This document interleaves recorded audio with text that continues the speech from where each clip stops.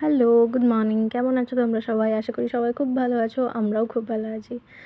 তো যেদিনকে আমরা মন্দিরে গেছিলাম, মন্দির থেকে বেরিয়ে কি মন হলো একটু বিনোদতা মলে ঘুরতে গেছিলাম। অ্যাকচুয়ালি আমরা আগে এই মলের খুব কাছেই থাকতাম।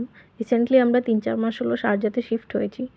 তো ওই শারজাতে শিফট হওয়ার পর থেকে এদিকটাতে আর আসাও হতো না, আর মলে তো যাওয়াই হতো না। মন্দিরটা ছিল একদম মলের পাশেই। তো মন্দির থেকে বেরিয়ে ভাবলাম এসেছি যতক্ষণ এতদূর তাহলে একবার ঢুঁ মেরে যাই। তাই বলে একটু ঢুকেছিলাম। তো এখানে এটা গেছিলাম আমরা সেন্টার পয়েন্টে দেখতে নতুন কিছু কালেকশন এসছে নাকি। অ্যাকচুয়ালি আমাদের অফিসিয়াল ওয়্যার সব কিছু আমাদের এখান থেকেই নেওয়া হয়। মানে আগে নেওয়া হতো।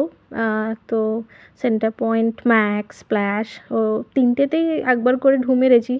কিন্তু সেরকম কিছু চোখে পড়ার মতো পছন্দ হলো না। তাই জন্য আর কিছু নেওয়া হয়নি। জাস্ট ঘুরে একটুখানি দেখলাম। তো তারপরে বেরিয়ে গেছিলাম। দেখো এটা হচ্ছে ফুড কোর্ট। তো ইবনবাতুতা মলের মোটামুটি 3টে ফুড কোর্ট আছে। নিচে 2টো আর ফার্স্ট ফ্লোরে একটা। ফুড কোর্টগুলো বিশাল বড়। আর এখানে সব রকমের খাবার পাওয়া যায়। সমস্ত রকমের, প্রতিটা দেশের।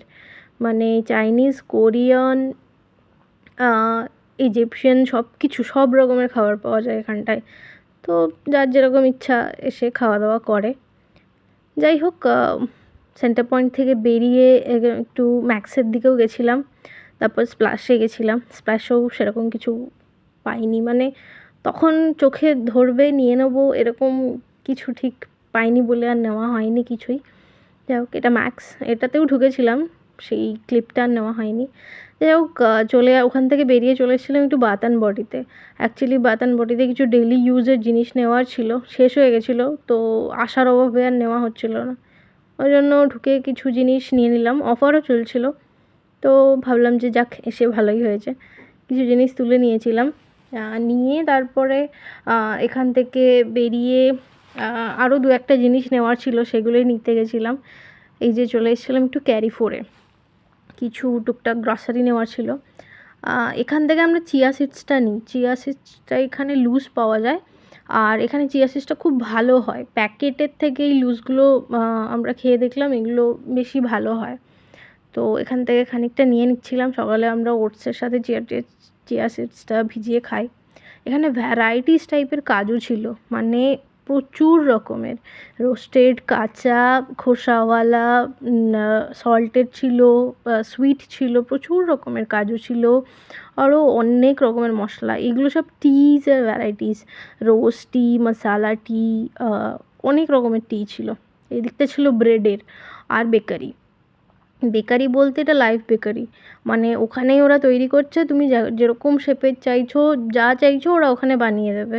মানে ওখানে নিশ্চয়ই কিছু চার্ট আছে, সেই হিসেবে তুমি যা বলবে সেটা ওরা বানিয়ে দেবে। আর এই যে এগুলো দেখছো, এগুলো সব এখানেই বেক হয়ে এখানেই সেল হচ্ছে। আর টাটকা পাওয়া যায় এখানটায়।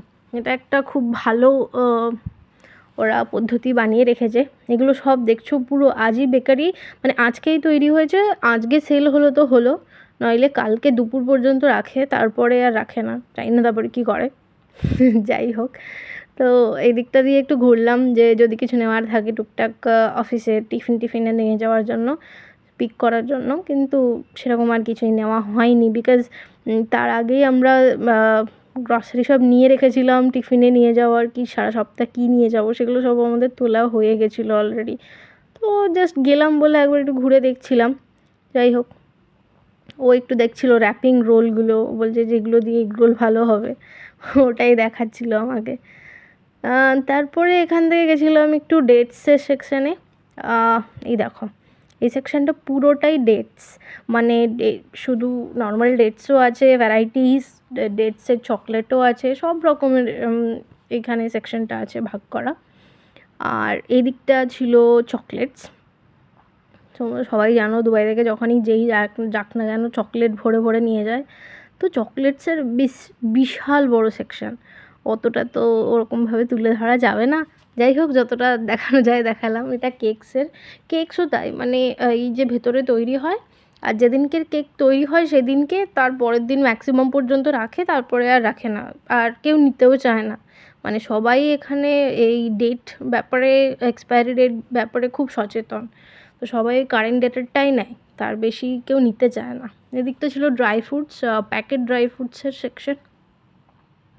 আর ওই যে সামনে যেখানটা থেকে আমরা চিয়া সিডস নিলাম ওই মশলার সেকশনটা, ওদিকটা দিয়ে ঘুরে আবার এদিকেই আসলাম। আরও একটা দুটো জিনিস নেওয়ার ছিল, তখন মনে ছিল না, যখন চিয়া সিডস নিলাম তখন মনে ছিল না, তো আবার একটু নিচ্ছিলাম।